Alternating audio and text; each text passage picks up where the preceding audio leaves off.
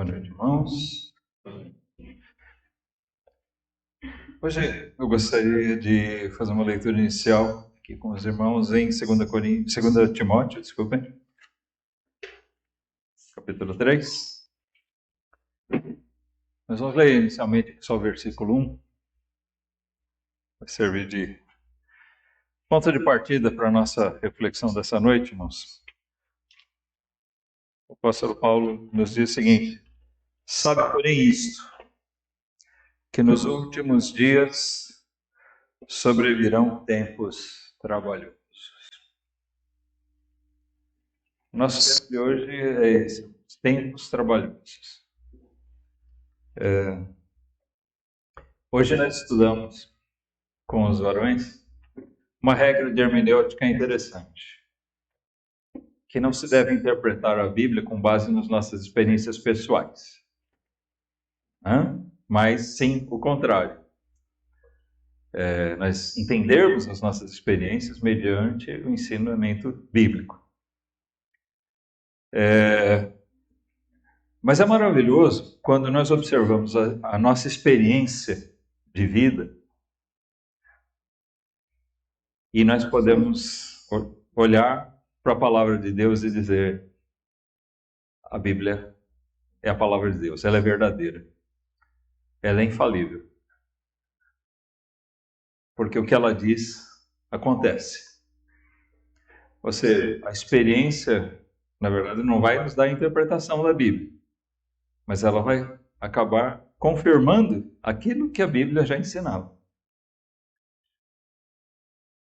Por que eu estou dizendo isso? Porque, na verdade, nós vamos falar sobre um assunto hoje onde a experiência tem demonstrado dia após dia que a Bíblia tinha razão. O apóstolo Paulo descreve maravilhosamente lá em Romanos 1 o caminho errado que o homem tomou a partir da queda lá no Éden e a persistente rebeldia dos homens, a persistência deles em relutar contra os ensinamentos de Deus. Então, o que nós encontramos ali é o início de tudo, desde o Éden, e nós encontramos ali um caminho traçado pelos homens, pela nossa raça, a raça humana, sempre se opondo a Deus. Isso faz com que seja inevitável que o mundo esteja caminhando sempre para uma situação mais complexa, ou seja, pior. Existe uma grande esperança de que o mundo melhore. A ciência, a cultura. Se nós formos agir, usar da razão, de fato, o alcance, a cultura, a educação deveria fazer do homem algo melhor, não é verdade? E, consequentemente, o mundo melhor. Mas por que isso não acontece? As experiências que a humanidade tem passado também deveriam contribuir, porque, afinal de contas, a gente aprende com os erros, não é verdade? Deveria aprender, pelo menos. Mas por que é que os erros que a humanidade tem cometido não estão ensinando o homem a ser melhor? Por que os erros se repetem? Existia no século XVIII, no final do século XVIII principalmente, uma ideia de que o mundo iria melhorar à custa da cultura. Nós estávamos saindo da chamada Idade Moderna e, vamos dizer, alguns poucos séculos atrás, da Idade das Trevas. E agora o que se via era uma idade onde a cultura, né, uma nova era onde a cultura proliferaria e a expectativa se criava de um mundo de paz, um mundo melhor. E isso perdurou principalmente ali ao longo do século XIX. E o que nós vimos foi, chegando o século XX, logo na abertura do século XX, o quê? Uma grande guerra mundial. Mas homens cultos, né, não são bárbaros que vão se pegar como animais. A cultura deveria fazer com que os homens não fizessem guerra. Que os homens produzissem um mundo melhor. Mas a Primeira Guerra foi uma grande experiência.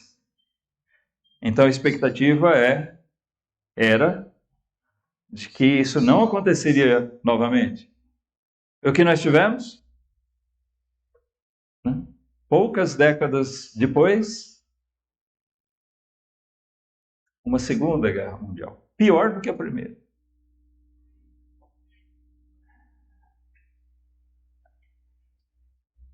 Isso fez aquela expectativa realmente cair por terra. Mas isso nada mais é do que Romanos 1 se cumprindo. Os homens caminhando longe de Deus. O que eu quero dizer, e é o que a Bíblia mostra, é importante que a gente tenha consciência disso, é que esse mundo, por ele se distanciar cada vez mais de Deus, nós não devemos alimentar a expectativa de que ele vai ser um mundo melhor. Nós podemos até ter, né, alguma alternância, melhora um pouquinho aqui, mas em linhas gerais o mundo vai decaindo. Num gráfico pode até dar um picozinho ali, né? Ele vai subir um pouquinho, mas a tendência é ele decaindo, porque tem sido assim. A cultura, as experiências não têm feito que o mundo realmente seja melhor. É lógico que alguém pode dizer, como não? Hoje nós temos conforto, coisas que nós não tínhamos antes. Sim, é verdade, mas isso não tem feito o homem mais feliz. Com tudo que ele tem hoje de alcance, a miséria continua espalhada, o pecado prolifera, e de tudo isso a Bíblia já nos alertava. Por quê?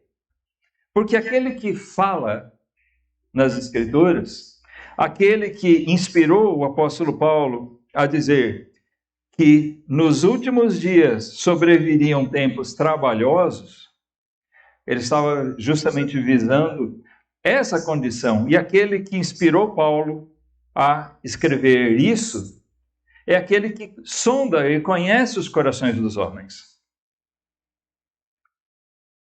Nós não sabemos como vai ser amanhã. Eu digo literalmente amanhã, a segunda-feira. Nós não sabemos o que vai acontecer. Muito menos daqui a alguns anos. Mas Deus conhece toda a história. Amém?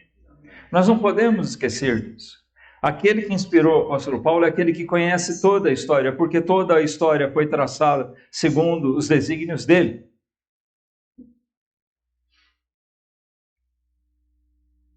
Reconhecendo a falibilidade humana, dentro do pecado humano, era inevitável que o rumo do mundo fosse exatamente esse que Deus prescreve na sua palavra.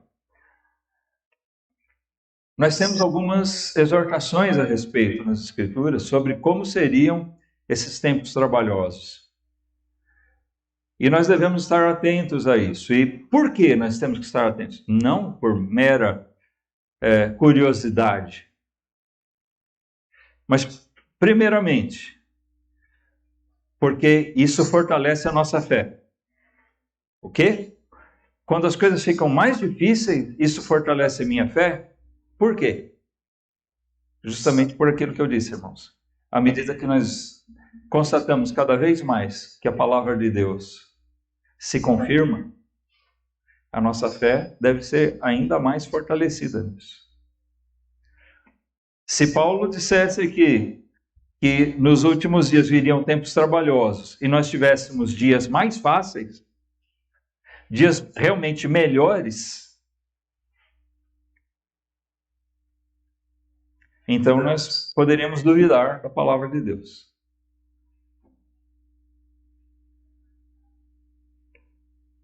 Mas quando nós constatamos isso, a nossa fé é fortalecida. Segundo, os homens que estão sem Deus, estão andando, conforme Romanos 1, longe de Deus. Eles têm que enxergar que caminho eles estão percorrendo e parar de se enganar, achando que eles mesmos vão para um caminho melhor e colocar suas expectativas nesse mundo. Irmãos, hoje nós estamos vivendo um dia de eleição aqui no Brasil, presidente, governador aqui em São Paulo, né, e no país inteiro, senadores, deputados, e muita gente deposita suas esperanças em que isso vai mudar a sua vida, vai melhorar o país, vai melhorar o mundo. Olha, pobre do homem que coloca sua confiança nisso.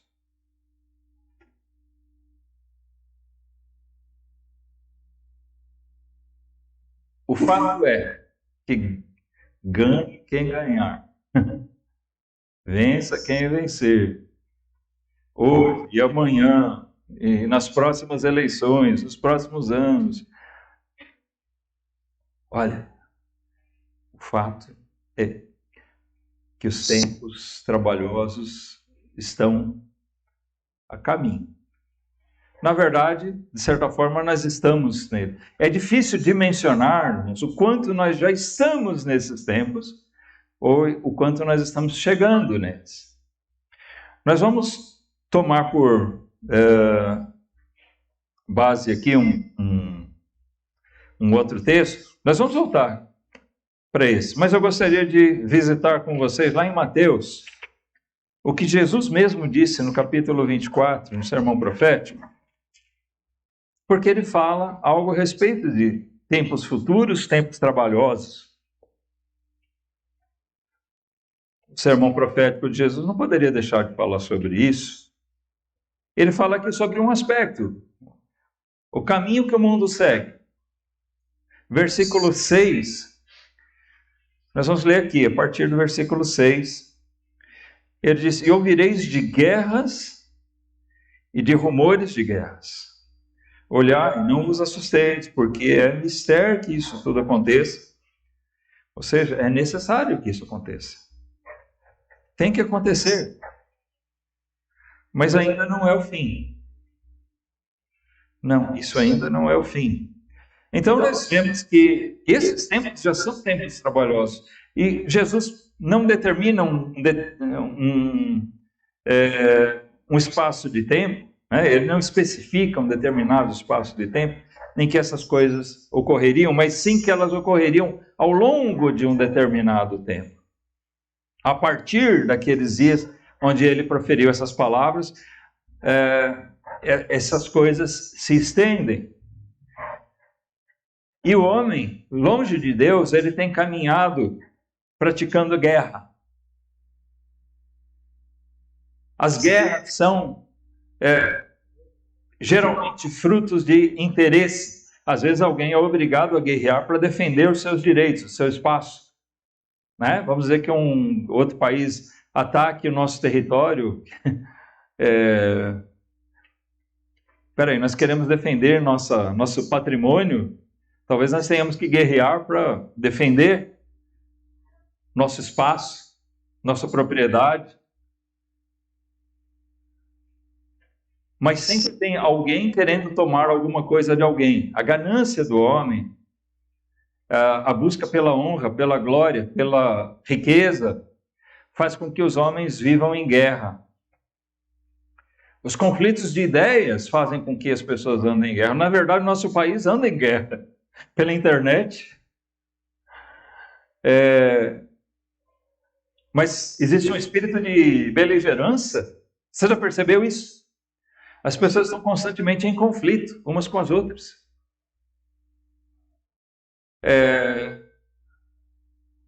E nós estamos caminhando com esse espírito, o ser humano, o homem, ele vai caminhando em guerras e rumores de guerras, e as coisas vão se repetindo. E nós tivemos uma primeira guerra e não se esperava que ela se repetisse, uma guerra mundial que alcançou grandes proporções, muitos países. E logo em seguida tivemos a segunda, como a gente falou, e a expectativa é nunca mais isso vai se repetir. Mas hoje já se especula muito a respeito da possibilidade de uma terceira guerra, né?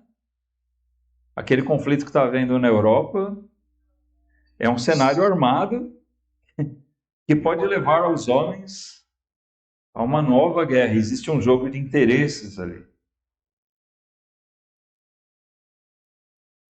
A gente não vai entrar nessa particularidade porque a questão política aqui não nos interessa. Mas, irmãos, o que nós temos que ver? Existem interesses pessoais, existem interesses egoístas, que são consequência do quê? Do pecado.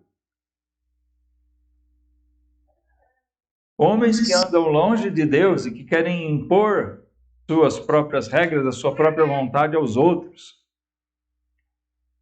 No passado já ocorreram conflitos que foram chamados de Guerra Santa. Não existe Guerra Santa. A guerra é um mal. Mas a Guerra Santa era em defesa da fé. Ou seja, se você não crê no que eu creio, você precisa morrer. Isso é Guerra Santa?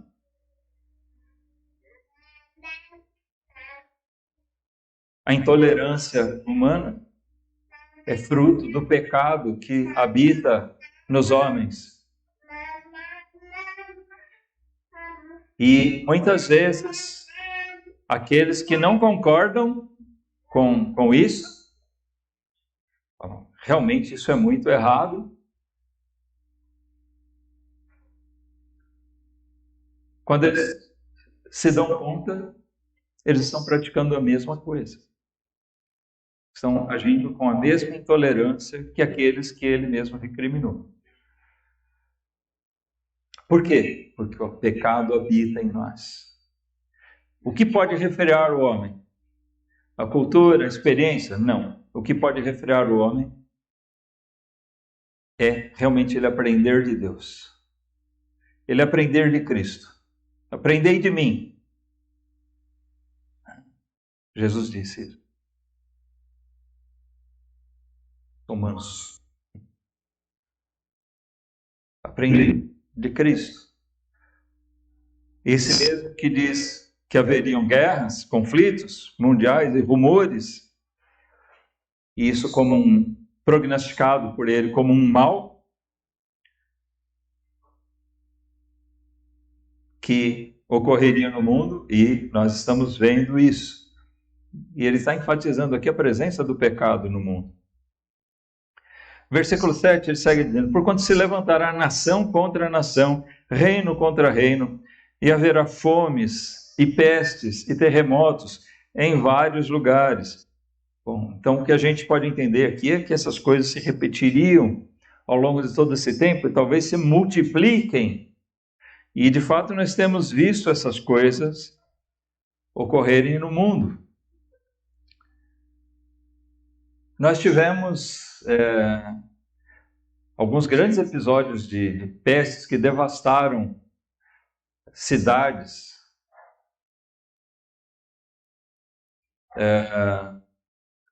No século passado teve a gripe espanhola. Recentemente nós tivemos uma coisa que, sinceramente, quem aqui era capaz de imaginar uma coisa como a Covid? Alguma coisa que parasse tudo, que deixasse o mundo inteiro absorto, perdido. Ninguém sabia o que fazer. Né? A OMS uma hora falava uma coisa, outra hora falava outra, conflitos de, né? O que funciona, o que não funciona, o que fazer, tranca tudo, não, deixa a imunidade de rebanho, deixa acontecer isso, deixa acontecer aquilo. Na verdade, ninguém sabia o que fazer. Mas nós vimos um transtorno tão grande, ao ponto de nós vemos, lamentavelmente, tantas mortes, e nós vimos que até a coisa foi tão séria, que até coisas que jamais a gente poderia imaginar que seriam paralisadas foram.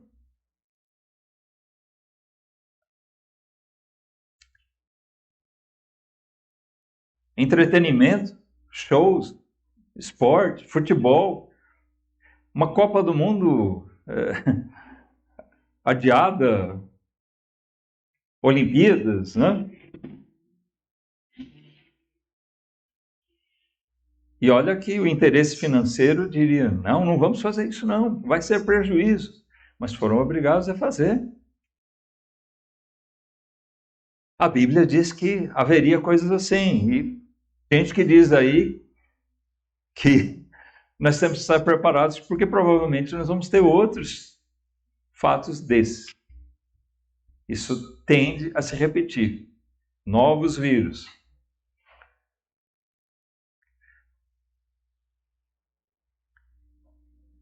A experiência alcançada nesse talvez não tenha valor nenhum numa próxima situação dessa. Mas notem, a Bíblia diz, haverá fomes, pestes, terremotos. Fome. Pessoas padecendo necessidade. E a tendência é que isso aumente. Falta de alimento. Tempos trabalhosos. Nós estamos caminhando nisso. Parece que nós não chegamos no ápice ainda. Mas Jesus diz, olha, todas essas coisas, no versículo 8, elas são só o princípio de dores. Ele compara uma dor de parto, né? Ainda não é a hora de nascer. Ou seja, ainda não é o momento do fim. Isso é só o começo. Depois ele relata aqui, a partir do versículo 9, então vos hão de entregar para serdes atormentados, e matar-vos-ão, e sereis odiados de todas as nações por causa do meu nome. Ele descreve isso antes, no capítulo 10, Mateus. Parece que Jesus falou isso em dois contextos diferentes. Muitos entendem aqui que ele estava falando sobre aquela perseguição inicial que os próprios apóstolos sofreram. Na primeira vez que ele diz isso lá em Mateus 10, realmente isso fica claro. Mas aqui Jesus está falando de fatos de tempos futuros. Notem que ele está dizendo, muita coisa vai acontecer, mas ainda não é o fim. Então, ele passa a descrever coisas que virão depois dessas coisas. Então, nós estamos vendo que aquilo que aconteceu, mais ou menos, né, no tempo de perseguição sobre a igreja primitiva, sobre os apóstolos, isso vai se repetir em tempos finais. Tempos trabalhosos. Perseguição. Por qual motivo? Um motivo explícito. Por causa do meu nome. O que é isso? Aqueles que insistem em defender o nome de Cristo, em honrar o nome de Cristo. Nós sabemos que muitos usam o nome de Jesus e o nome de Deus em vão. Não é desses que ele está falando. Porque esses, vai chegar naquele dia, ele vai dizer, eu nunca vos conheci. Na verdade, vocês não têm parte comigo. Mas aqui, Jesus está falando realmente de pessoas que se arraigam, se apegam à palavra dele e não negam a Cristo. Não vão negar sua fé em Jesus e não vão abrir mão da palavra dele, dos ensinos de Deus. Eles não vão abrir mão da sua fé legítima e vão ser perseguidos por conta disso. Irmãos, nós não devemos ter dúvidas de que uma coisa que envolve os tempos trabalhosos é a resistência a Deus. Volto a dizer, Romanos 1, Paulo descreve o homem dando as costas para Deus e caminhando cada vez mais para longe dele. Isso faz com que a humanidade tenha uma rejeição a Deus. Grande parte dos homens se tornam abomináveis e eles odeiam a Deus. E eles passam a odiar também aqueles que temem a Deus. Não é fácil estar com Cristo habitando num mundo desse. É por isso que nós vemos um grande número hoje de pessoas que se dizem cristãs, mas que procuram fazer tudo que agrade o mundo, para não cair no desagrado deles. Então, o que nós estamos vendo é muitas igrejas, inclusive batistas, igrejas inclusivas, né? Se chamam inclusivas. O que é isso? Elas estão acolhendo as pessoas no seu próprio pecado, desprezando os ensinamentos de Deus. Sabe, cada um vive do jeito que quiser. Se alguém quiser ser adúltero, que seja. Se alguém quer ser homossexual, que seja. Se alguém quer roubar, que roube. Cada um faz o que achar que tem que fazer. Só que isso não faz certo aquilo que eles fazem.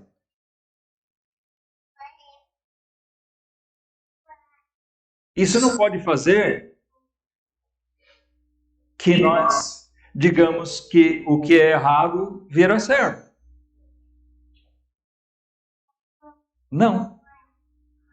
Aquele que realmente está posicionado com Cristo, está posicionado com a palavra de Deus. E assim como Cristo amou pecadores, publicanos, prostitutas, nós devemos amar todo tipo de pecador. Amém? Todo tipo. Seja qual for o pecado dele. Qualquer tipo. Isso não quer dizer que nós devemos apoiar e acolher o pecado dele. Consentir. Eles têm a liberdade de fazer o que quiserem. E cada um vai dar contas de si mesmo a Deus. Mas aqueles que se põem a defender a verdade e pregar, anunciar a palavra de Deus, tendem a ser odiados pelo mundo.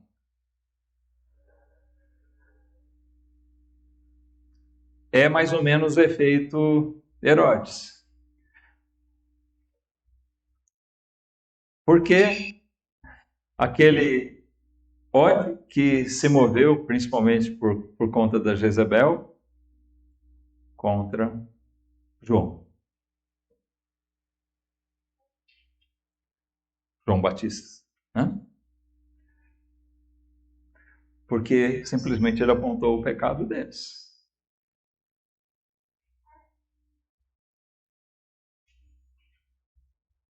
Eles não puderam se agradar que alguém dissesse: Deus condena o que vocês estão fazendo.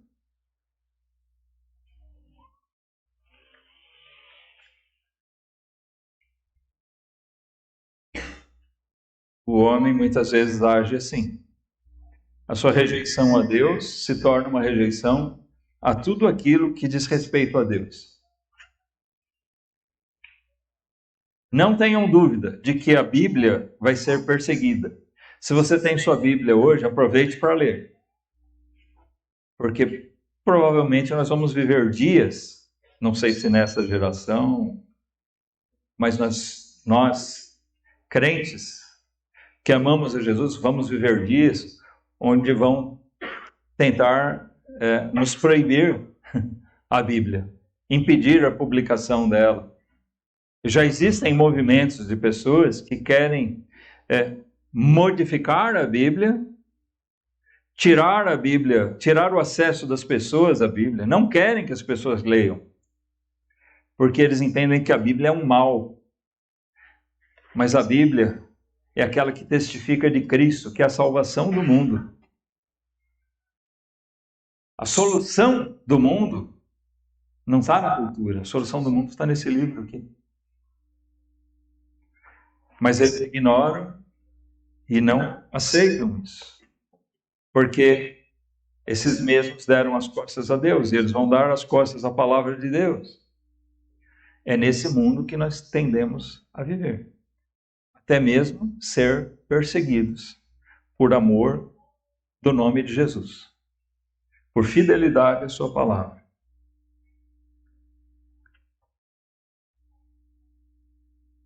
Versículo 10, ele diz: nesse tempo muitos serão escandalizados e trair-se-ão uns aos outros, e uns aos outros se odiarão, e surgirão muitos falsos profetas e enganarão a muitos.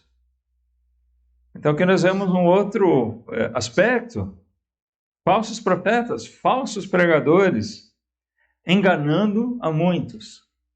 Enganando como? Pregando aquilo que não é a palavra de Deus. Ensinando coisas verídicas. São falsos profetas. Os verdadeiros profetas são aqueles que proferem exclusivamente aquilo que Deus determina que seja dito. Nós não podemos acrescentar nada à palavra de Deus e também não devemos omitir nada dela. Amém? Ela tem que ser ensinada, como Paulo diz, ensinar todo o conselho de Deus, todo o ensinamento de Deus, toda a vontade dele.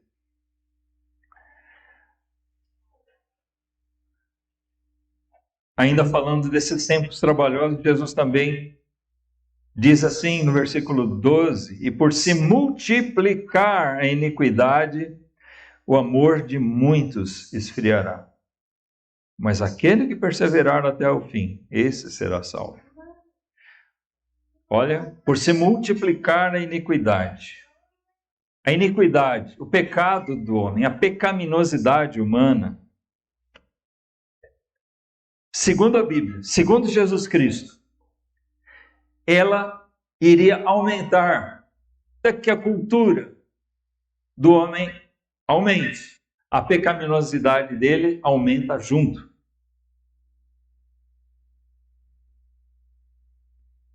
A cultura não faz os homens melhores. O mundo vai de mal a pior nesse aspecto. Nada que se faça dá solução ao mundo.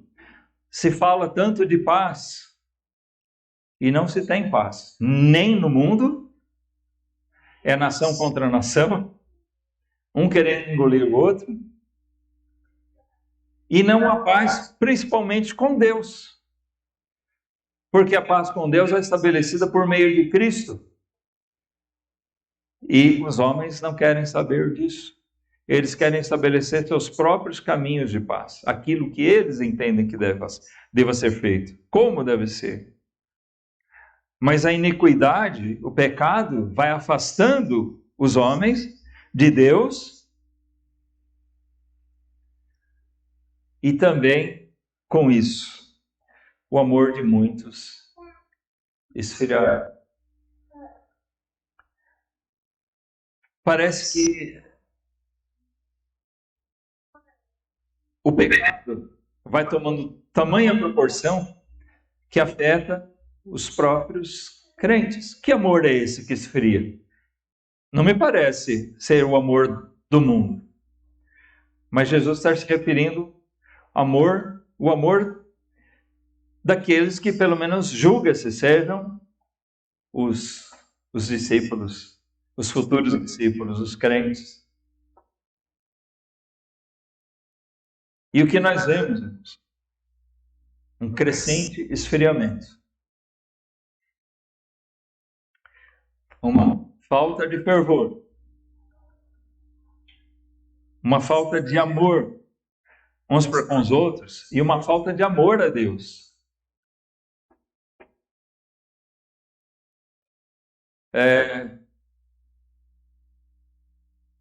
Grande parte do que se chama de cristianismo hoje em dia é só pro forma. Ou seja, só aparente. Não existe conteúdo, não existe conversão, não existe verdadeira fé, é uma fé materialista. Muitos que se dizem cristãos não acreditam nem que o inferno exista. Talvez nem que o céu exista. Eu vi o relato de um pastor, que já contei isso aqui, recentemente, dizendo que na igreja dele existia um grande número de ateus. Ué, por que ateus que dizem não acreditar em Deus, por que eles frequentam uma igreja? Eles se agradam do que eles veem lá, mas eles estão lá, mas não creem em Deus. E eles parecem se misturar com os membros, e não é de se surpreender que grande parte daqueles que se dizem membros da igreja ali, na verdade, não acreditam em Deus. Também eles. E os crentes, muitas vezes, estão vendo tanta iniquidade ao seu redor, que eles mesmos acabam se acomodando a uma vida de baixa santidade, irmãos. Aqui fica um alerta especial para nós. Talvez a gente veja tantos maus exemplos no meio cristão, que a gente se conforme a ser parecido com eles, talvez um pouquinho melhor. Mas o nosso padrão não pode ser o mundo, porque se a gente estiver olhando a iniquidade deles, nós vamos nos distanciar de Deus, e o nosso amor vai esfriar. Nós temos que nos apegar às coisas de Deus, nos achegar a Deus, buscar a santidade, sem a qual ninguém verá o Senhor.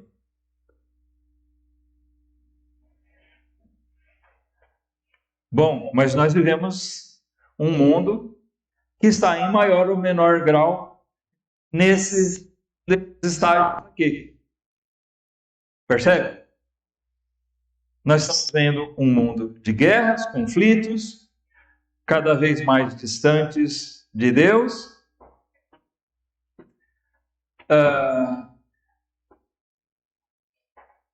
com rejeição a Deus. Em muitos lugares existe uma perseguição àqueles que peçam o nome de Jesus. E assim nós caminhamos, mas ele diz, o verdadeiro salvo é aquele que vai perseverar em meio a tudo isso. Então nós temos que ver, num mundo mau e perverso, vivendo tempos trabalhosos, como é que nós nos saímos?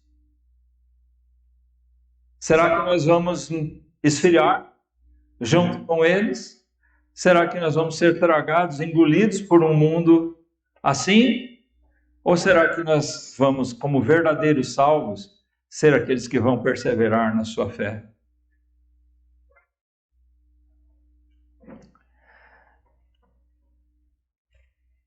Vamos ao segundo texto, irmãos, em 1 Timóteo, capítulo 4. Aqui Paulo também fala sobre isso. 1 Timóteo, capítulo 4. No versículo 1, nós vamos ler aqui versículos 1 e 2. 1 Timóteo 4, 1 e 2.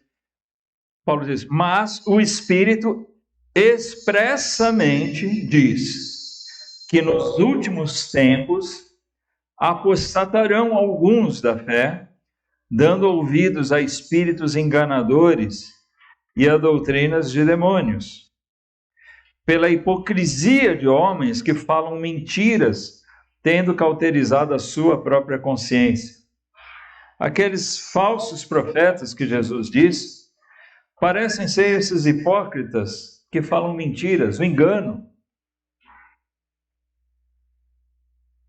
Paulo diz, o Espírito, que Espírito?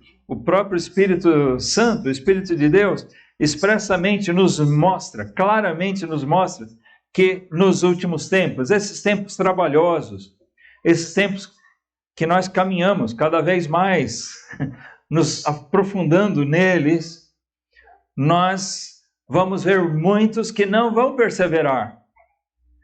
Nós lemos lá o último versículo de Mateus, né? Falando daquela perseverança, os que serão salvos, que são aqueles que vão perseverar. Mas Paulo diz que o Espírito deixa bastante claro que apostatarão alguns da fé, muitos, ou né, o que ele chama aqui de alguns, talvez seja alguns não, uns pouquinhos, mas muitos vão deixar a fé. Talvez por não serem legitimamente convertidos, porque os salvos verdadeiros perseverarão. Mas alguns apostatarão da fé, vão deixar, vão se afastar. A palavra apostatar, ela quer dizer deixar de lado, se afastar. Por quê? Dando ouvidos a espíritos enganadores e a doutrinas de demônios. Irmãos, nós já estamos cheios de doutrinas de demônios por aí. Os demônios estão no mundo operando, semeando a mentira. A mentira é o maior instrumento, a maior ferramenta de Satanás. O pai da mentira, parece que ele instrui suas tropas, é a grande arma que eles têm para usar, é a mentira, é o engano. Não se poderia usar uma arma melhor, mais eficaz contra o Evangelho, contra a igreja, do que a mentira. Já percebeu isso? A perseguição que existiu, ela não cumpriu seus efeitos. A perseguição que existiu no passado, ela não cumpriu seus efeitos. Por quê? Embora tenha matado muitos, calado a boca de outros tantos, ela não impediu que a verdade prevalecesse e que ela fosse adiante. Porque essa era a vontade de Deus, amém? E Ele fez com que servos fiéis permanecessem e fossem adiante. Mas a mentira, o engano, a confusão, as falsas doutrinas, as versões de Bíblias distorcidas, essas têm sido ferramentas mais eficazes. Mentiras, enganos que prevalecem no mundo e no mundo religioso, chamado religioso. É um escândalo, é um escárnio a gente vê tudo que se ensina por aí. Você liga um programa de televisão desses ditos evangélicos, e eu não sei você, eu não consigo assistir mais do que 5 minutos. Porque é tanta mentira, tanta heresia, tanto engano, tanta avareza, né? A maioria só fala em dinheiro, na verdade, que chega a ser irritante. O nome de Deus, o nome de Jesus é usado assim de uma maneira torpe mesmo. Chega a ser nojento. E isso não é diferente do que se vê em muitos outros lugares. É uma zombaria do Evangelho. E as pessoas estão se deixando enganar por essas coisas. Quando se prega a Bíblia, pura e simplesmente a Bíblia, a palavra de Deus, como a verdade, como ela está, as pessoas rejeitam, né? Grande parte, e tem isso como absurdo. Tempos trabalhosos, irmãos. Nós vamos ver um pouquinho mais aqui. Por que realmente? Não é só um cenário de conflitos, de guerras, pestes que fazem os tempos irem ficando cada vez mais trabalhosos. Mas é a própria decadência humana, a decadência espiritual e, consequentemente, moral. Ainda que intelectualmente os homens possam até se desenvolver. A ciência, a cultura pode aumentar, mas isso não faz os homens mais sábios. E muito menos faz com que eles sejam tementes a Deus. Aliás, o que torna realmente um homem sábio é ele ser temente a Deus. O temor de Deus é o princípio da sabedoria, da verdadeira sabedoria.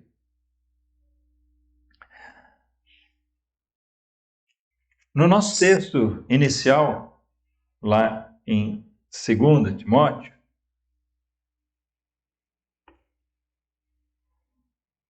vamos voltar para lá.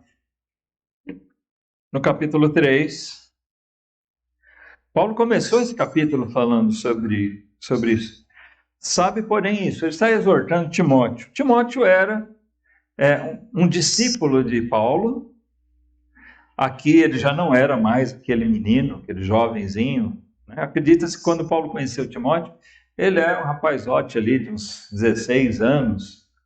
Mas um jovem de muita fé, e Paulo viu ali esse menino tem futuro para ser usado na obra de Deus. E pediu que ele pudesse acompanhar ele. E Timóteo foi um grande discípulo, aluno, auxiliar de Paulo, e depois se tornou um obreiro muito útil, independentemente de Paulo. E ele permaneceu. O apóstolo Paulo estava aqui ficando velho, vendo, né, sua vida aqui terminar, sua carreira aqui ser concluída, mas ele tinha expectativa de que Timóteo viveria um bom tempo mais, e talvez ele veria tempos bem mais difíceis que Paulo não alcançaria em sua trajetória aqui. Então, esse é um dos motivos, por questão lógica que nós temos aqui, de ele exortar particularmente a Timóteo a respeito desse tempo futuro. Timóteo, meu tempo aqui está se findando, mas você que vai permanecer aqui como alguém a ser usado para ajudar nessas igrejas, Timóteo, olha, esteja ciente e exorte as igrejas que nós temos pela frente tempos trabalhosos. O Senhor Jesus já tinha exortado a respeito disso. Os falsos mestres que se levantariam, perseguições, tudo isso além dos conflitos, das pestes, de tudo mais.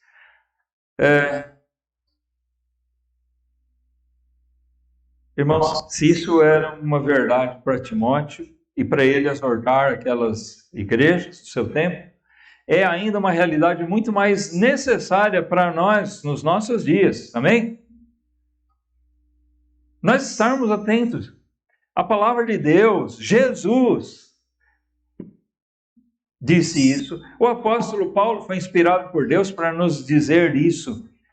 Preparem-se, porque dias trabalhosos virão. Dias difíceis, dias complicados. Então, nossos irmãos no passado já passaram dias bem complicados.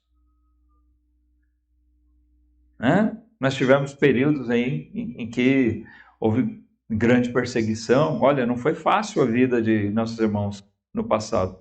Mas, de certa forma, hoje nós estamos vivendo um tempo talvez não tão duro quanto o deles aqui, num certo aspecto, mas isso não quer dizer que nós não estamos vivendo dias trabalhosos. Porque a tendência é que a palavra de Deus se cumpra em todos esses aspectos.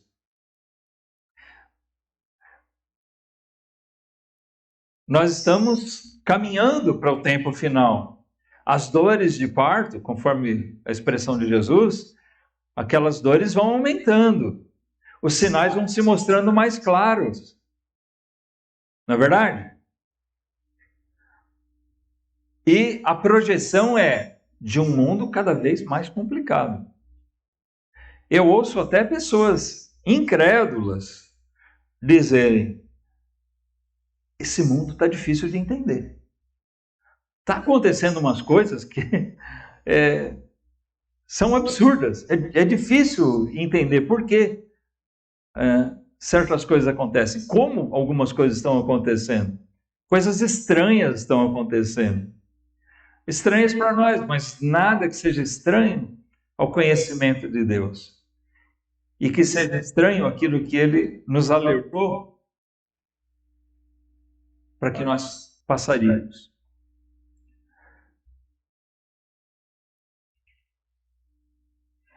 Ele segue aqui, irmãos, nos próximos versículos, descrevendo. Aqui Paulo se ateve especialmente em um determinado tipo de dificuldade, um determinado fator que complica esses tempos. Sabe? Guerras, pestes, fome, tudo isso é bastante complicado. Perseguição é muito complicado. A iniquidade se multiplicando, bom, parece que esse é o assunto específico de Paulo aqui. Porque ele exorta a Timóteo e exorta a nós, irmãos, sobre esses tempos trabalhosos, dizendo assim, no versículo 2: porque haverá homens amantes de si mesmos, avarentos, presunçosos, soberbos, blasfemos, desobedientes a pais e mães, ingratos, profanos, sem afeto natural, irreconciliáveis, caluniadores, intemperantes, cruéis, sem amor para com os bons, ou seja, sem misericórdia, traidores, obstinados, orgulhosos, mais amigos dos deleites do que amigos de Deus, tendo aparência de piedade, mas negando a eficácia dela. Deste, afasta-te. Então, que cenário terrível esse aqui, que Paulo descreve. E daí que vai ter gente assim? Ele está dizendo: Timóteo, é com esse tipo de gente que você vai ter que lidar. É nesse mundo que os irmãos vão viver. Homens amantes de si mesmos, ou seja, egoístas.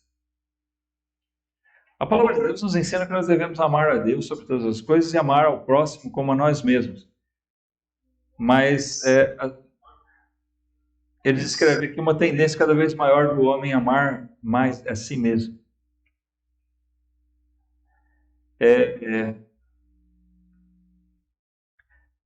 Quando alguém rouba, quando ele prejudica outras pessoas, ele está mostrando que ele ama mais a si mesmo do que a qualquer outro. Ele mata um jovem para roubar um celular. Tem gente aí dizendo que isso é normal, é direito, é emprego dele, é trabalho dele. Sim, temos políticos defendendo isso. Isso é um absurdo, é ou não é? Gente dizer, isso é o trabalho dele, como se fosse um direito dele.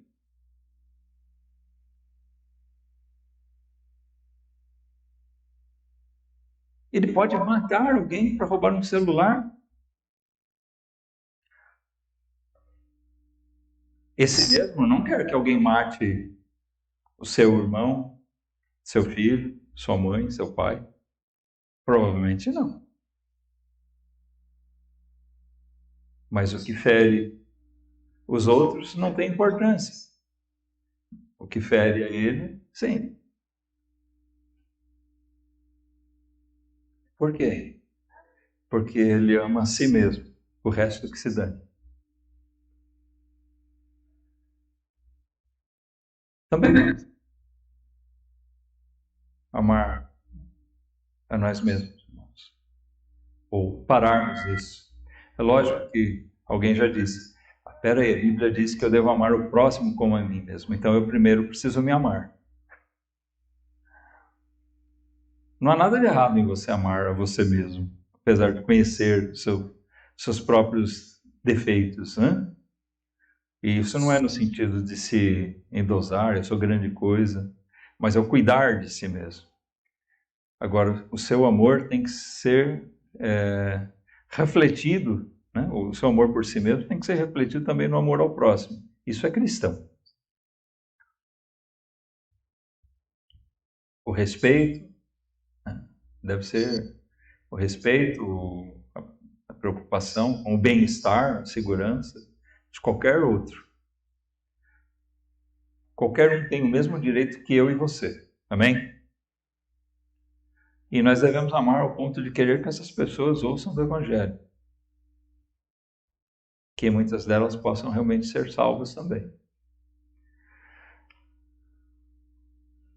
Mas os homens são amantes de si mesmos, cada vez mais, por estar andando cada vez mais longe de Deus.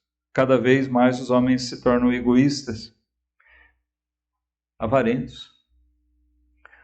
O que é que faz com que um político roube verba?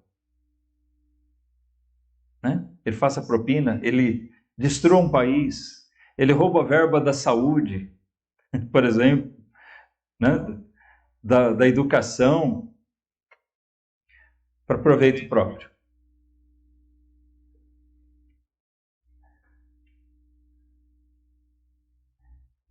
Avareza. Bom, mas os políticos não são os únicos. Né? A gente fala da corrupção, tal, ouve tanto falar disso. Mas e esses evangélicos que estão fazendo negócio da palavra de Deus? O que eles querem é dinheiro. Eles causam um escândalo, zombaria da palavra de Deus, repúdio até de muitos. Eu falo como um pastor. A posição de pastor deixou de ser uma posição de respeito. Quando eu era jovem, ainda, eu via isso lá, né, nos anos 70 ainda. A maior parte da nossa população era católica. Não praticante, mas católica. Grande fatia, quase a totalidade, se professava católico. Mas os pastores evangélicos eram vistos até mesmo pelos católicos com respeito. Porque, em geral, eram pessoas de boa reputação. Hoje não mais. Hoje, a maioria das vezes que alguém faz referência a pastores, com assim, um ar pejorativo. Né? É dito de uma forma pejorativa. Pastores passou a ser uma coisa não muito legal. Em razão de tudo isso que esses falsos pastores têm feito, e eles têm feito, a grande maioria deles, por pura avareza. O que interessa para eles é só dinheiro. Mercadejando a palavra, como diz a Escritura. Bom, então nós vamos ver avarentos, pessoas apegadas ao dinheiro em todo lugar.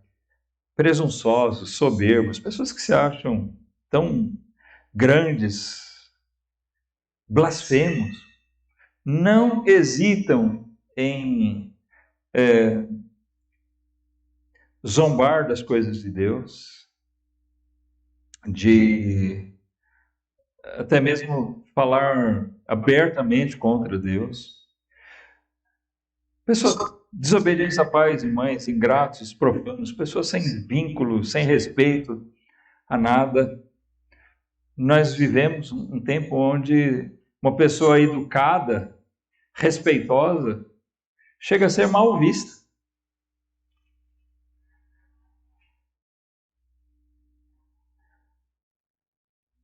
Respeito é bom, sempre. Ele fala aqui de respeitar pais e mães, obediência a pais e mães. Esse é o começo, né? Uma sociedade organizada se faz de pessoas que respeitam seus superiores.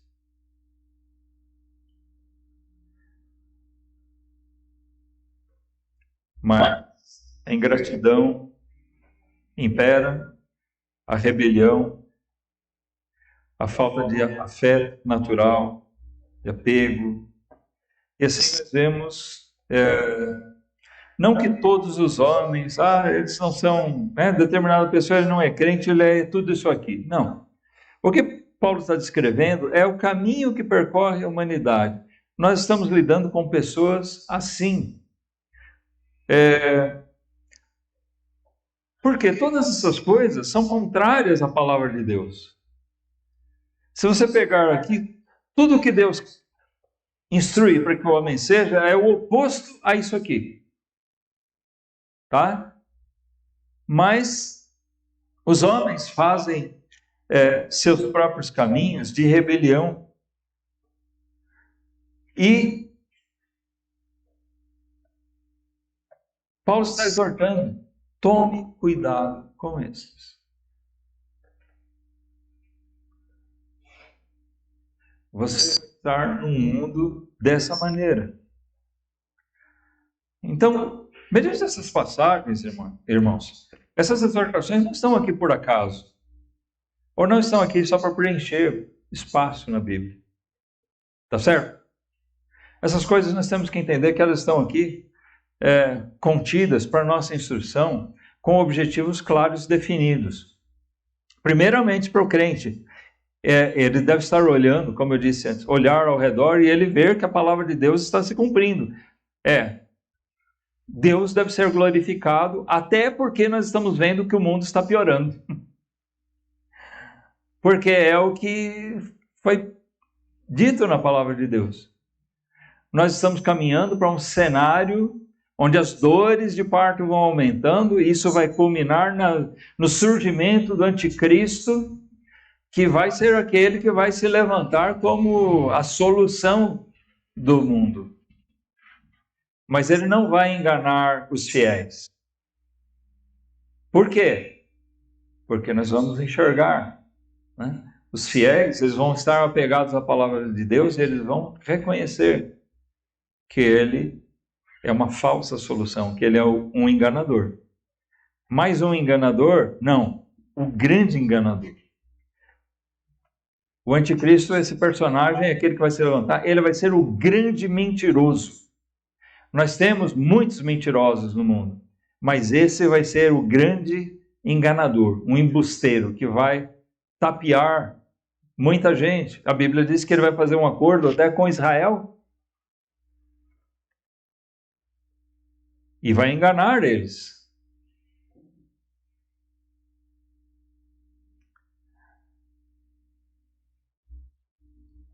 Nós temos que ler essas coisas, irmãos, também, e ver, uma vez que a Bíblia diz, muitos serão enganados, alguns apostatarão da fé, nós temos que lembrar daquilo. Aquele que perseverar até o fim será salvo.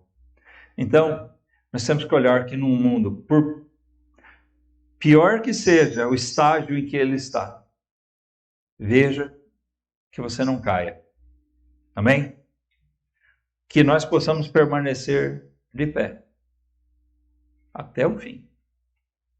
Na nossa fé, nossa defesa da verdade, da palavra de Deus, mostrando o nosso amor a Jesus Cristo.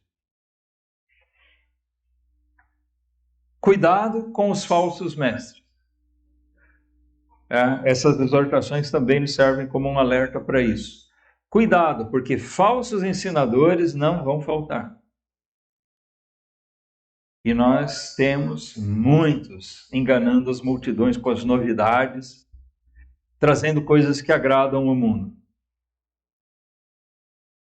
Isso aqui que nós estamos fazendo não agrada o mundo. Abrir a Bíblia, ler, comentar, explicar, refletir a respeito dela. Não tem emoção para eles. Eu espero, irmãos, que sinceramente nós possamos ter uma emoção santa, né? Aquele sentimento de gozo, de regozijo em ouvir da palavra de Deus. Que a gente se alegre em refletir que Deus está falando a nós. Talvez nós pensemos, olha, tudo isso aqui é muito acessível, muito simples, qualquer pessoa pode ter, mas saiba que a maioria das pessoas não tem. E eu não estou falando porque eu estou pregando, mas irmãos, a maioria das pessoas não consegue nem abrir a Bíblia, não sabe ler nada, não entende nada, não sabe nada de nada. Se você usar uma frase do Nostradamus, um falso profeta, eles vão achar, né, e você disser que é da Bíblia, eles vão engolir. Eles vão achar que está certo.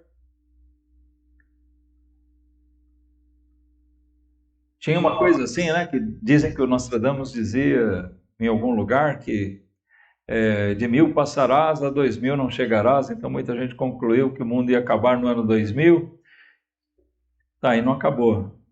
Mas muita gente dizia que estava na Bíblia. Não dá.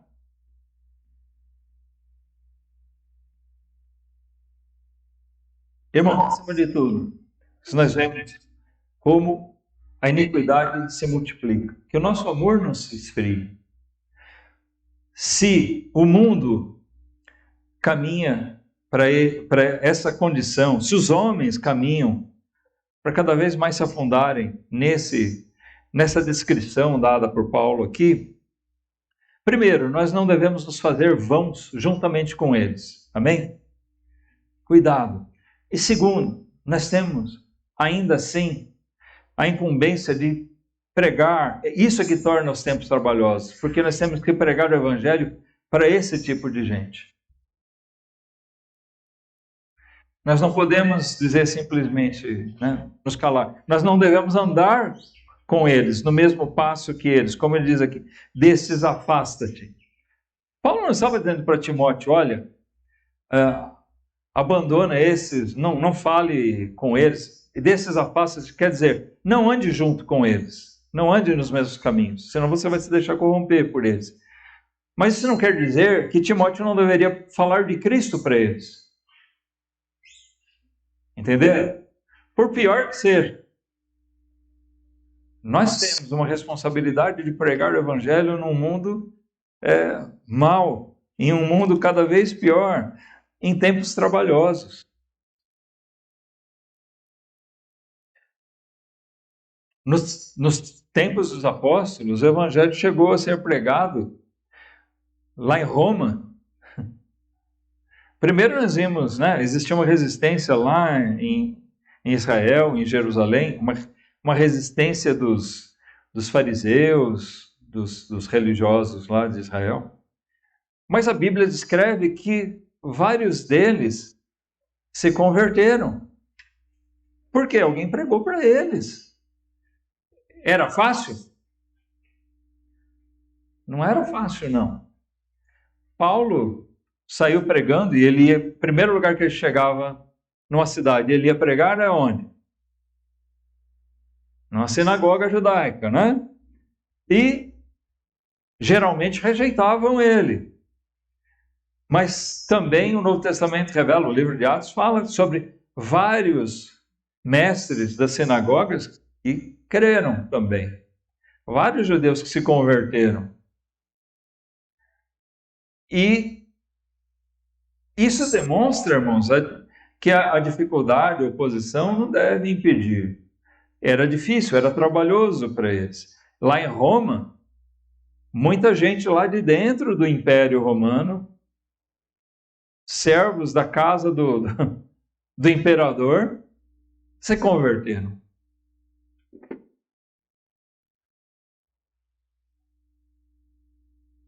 Alguém arriscou a cabeça para pregar para eles. Tempos difíceis. Hoje nós vivemos tempos trabalhosos, porque os homens vão se tornando cada vez mais obstinados nos seus pecados, a iniquidade tem realmente se multiplicado.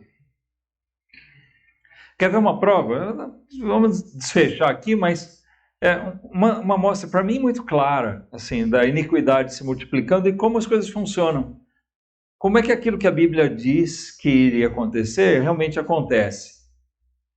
Por exemplo, as pessoas tinham uma ideia muito pura da vida do interior, da vida interiorana, né? Por quê? Há menos de um século atrás, irmãos, o que acontecia? As pessoas viviam em comunidades, em cidades isoladas, as pessoas viajavam menos, as pessoas não conheciam o modo de vida de outros lugares. Então tinha comunidades que eram assim bem simples, algumas até assim bem puritanas, né? E elas permaneciam assim. A tendência era que as grandes cidades, elas, né, se tornassem um tipo de Babilônia, se corrompessem. Mas os meios de comunicação, eles têm sido um canal para que a iniquidade que prolifera nesses grandes centros seja levado para os pequenos também. A imoralidade, a pecaminosidade que tem numa pequena cidade do interior hoje é a mesma, ou pior, do que nos grandes centros, proporcionalmente falando. Não que o pecado já não existisse ali, não. Mas a iniquidade se multiplica. Por quê? O fator da televisão, internet, isso proporciona que a iniquidade tome vulto.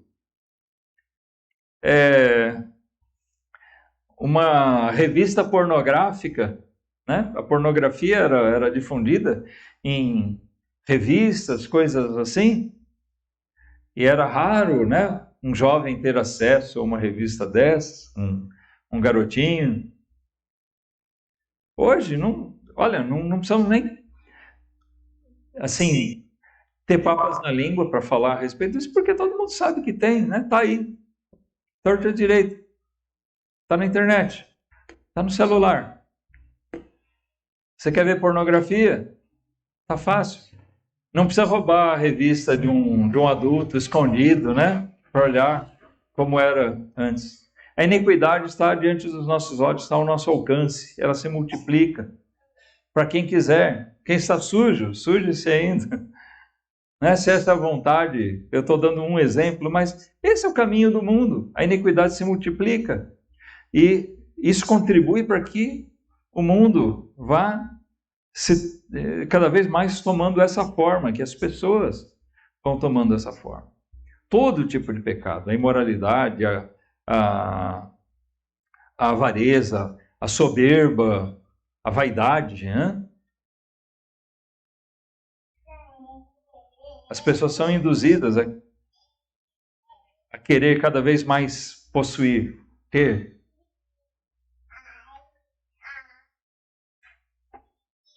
Uma mente pecaminosa, muitas vezes ela vê uma reportagem na televisão e aquilo, em vez de horrorizar ela, para ela serve como: ele me deu uma boa ideia. Eu não tinha pensado em como fazer isso. Esse é o mundo que nós vivemos. A solução é Cristo. Por quê? Cristo entra nas nossas vidas através do convencimento do nosso pecado, amém? Quando o Espírito Santo nos mostra quanto nós somos pecaminosos, quanto no nosso coração, como qualquer outro, almeja o pecado. Todas essas coisas ruins aqui. No fundo, todos nós somos tudo isso aqui. Mas nós somos levados ao arrependimento. e a confiar no nosso perdão, na nossa remissão disso, unicamente baseados no poder do sangue do Cristo Redentor, do Senhor Jesus, o Filho de Deus. E é assim que todo pecador tem que olhar para o mundo e olhar para si mesmo antes de mais nada.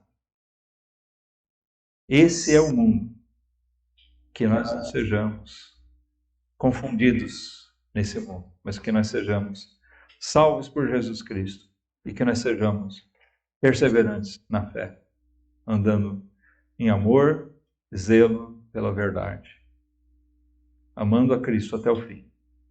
Amém?